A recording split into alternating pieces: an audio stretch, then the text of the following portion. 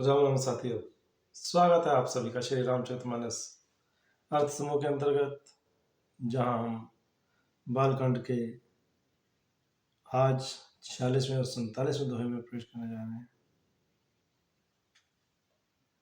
ये दो दोहे इकट्ठे उठाने का कुछ मकसद है, तात्पर्य है उसका। कथा को प्रवाह देने के लिए कई बार प्रश्न बीच में ही रुक जाते हैं, प्रभाव बीच में ही विश्राम ले लेता है, तो वो थोड़ी दिक्कत करता है आगे समझने के लिए। तो इसीलिए दो दोहों को यहाँ उठाया जा रहा है आज।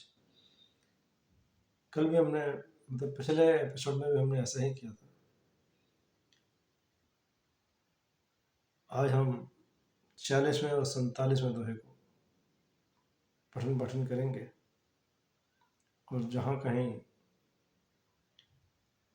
अपनी तरफ से विचार प्रकट करने की इच्छा होगी, जैसे गुरु महाराज करवाएंगे, हनुमान जी की जैसी कृपा रहेगी, वैसा उस पर थोड़ा सा चर्चा व्याख्यान किया जाएगा।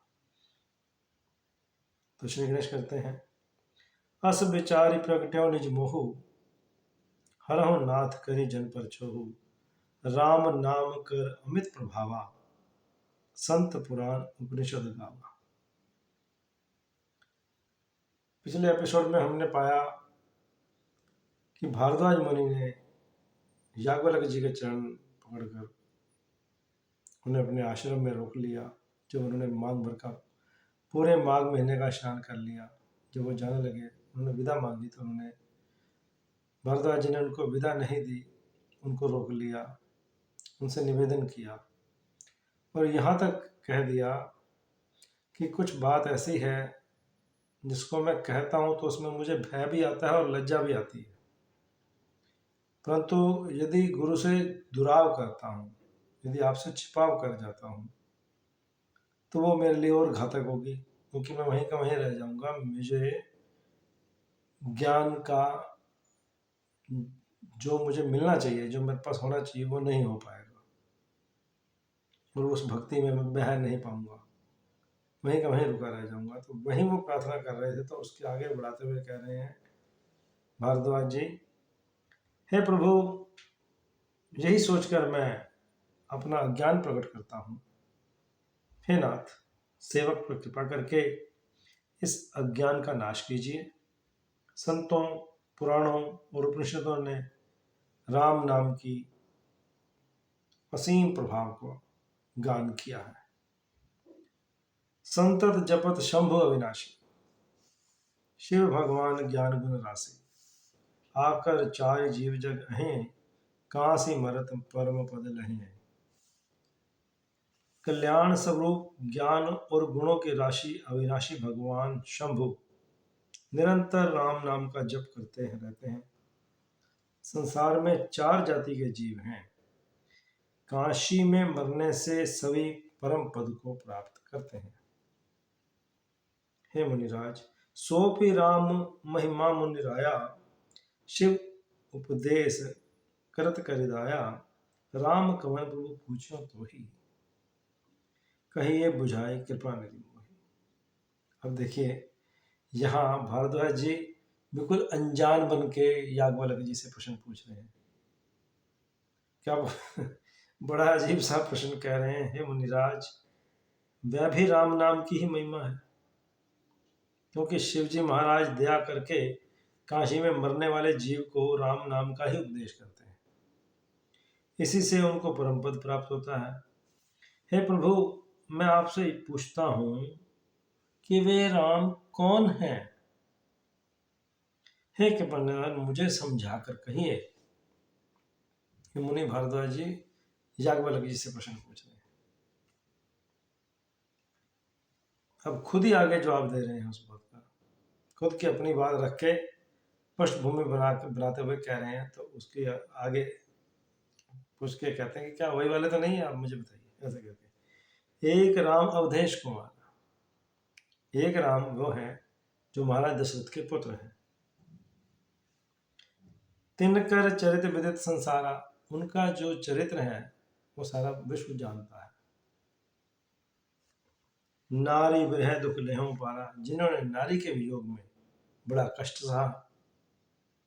अब फिर भयों रोष रन रावण मारा, और जब फिर उन्होंने क्रोध करके रावण को मार दिया। एक इन दो चौपाइयों में रामचरितमानस का उन्होंने शुरुआत भी की और समापन भी कर दिया, भोग भी डाल दिया उसका। प्रभु स्वयं राम की अपर को, हे मुनि, हे प्रभु, मुझे आप ये बताएं, ये वही राम है जो शिव जी जिनका जाप करते हैं, या कोई अपर को जाहि जपत त्रिपुरारी। प्रभु स्वयं राम की अपर को जाहि जपत त्रिपुरारी। भगवान शंकर जिनका नाम जपते हैं, क्या ये वही राम है जो अवधेश कुमार है और महाराज दशरथ के पुत्र हैं, चक्रवर्ती महाराज के? सत्य धाम सर्वज्ञ तुम कहो विवेक विचारी। आप सत्य के धाम हैं और सब कुछ जानते हैं, और जब आप जानते हैं तो ज्ञान विचार कर मुझे अपने विचार कहिए। यहाँ 46वां दोहा पूर्ण होता है, अब 47वें दोहे में प्रवेश कर रहे हैं। इसके साथ साथ जैसे मिटे मोर भ्रम भारी, हे भगवान, जैसे मेरे मोह का भ्रम मिट जाए, खत्म हो जाए, कहें सो कथा नाथ विस्तार।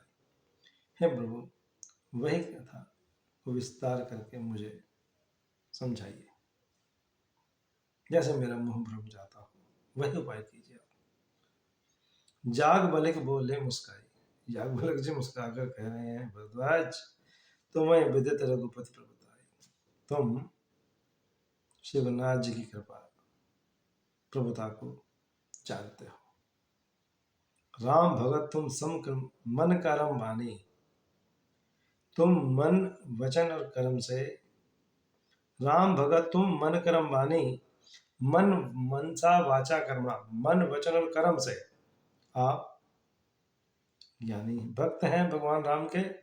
चतुराई तुम्हारी मैं जानी, मैं तुम्हारी चतुराई को समझ गया कि तुम जो अपना सियाणप दिखा रहे हो ना, मुझे समझ में आ गया। ये जागवल्लभ जी कह रहे हैं भगवत जी को। चाहे सुने राम गुण गूढ़ा, आप राम जी के गूढ़ रहस्यों को जानना चाहते हैं, इसीलिए कीन प्रसन्न मनोमति मूढ़ा। प्रश्न तो इस प्रकार पूछ रहे जैसे बड़े मूर्ख हो, कोई महामूर्ख होता है, कोई मूढ़ है। तात सुनो सादर मन लाए, हे तात, हे भारद्वाज जी, जागवल्लभ जी कह रहे हैं भारद्वाज जी को, हे भारद्वाज जी, आप इसको मन लगाकर आदर से सुनिए। कहो राम के कथा सुनाई, मैं आपको राम जी की कथा का सुंदर कथा कहता हूं। महामोह महिषेष का विशाला, बड़ा भारी अज्ञान विशाल महिषासुर है। राम कथा कालिका कराला, और उसमें राम कथा क्या है?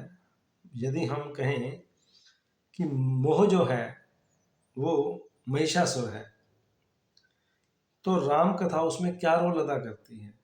उसका क्या पार्टिसिपेंट है, कैसे पार्टिसिपेट करती है राम कथा?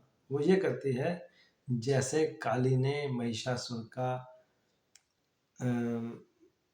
संहार किया, उसका उद्धार कर दिया, उसी तरह से राम कथा कालिका की माफिक है, माँ काली की तरह है, जो कि मोह रूपी महिषासुर को मारने के लिए आई है, मोह का नाश करने के लिए, भ्रमों को दूर करने के लिए। राम कथा शशि किरण समाना, राम जी की जो कथा है वो चंद्रमा के शीतल किरणों के समान है।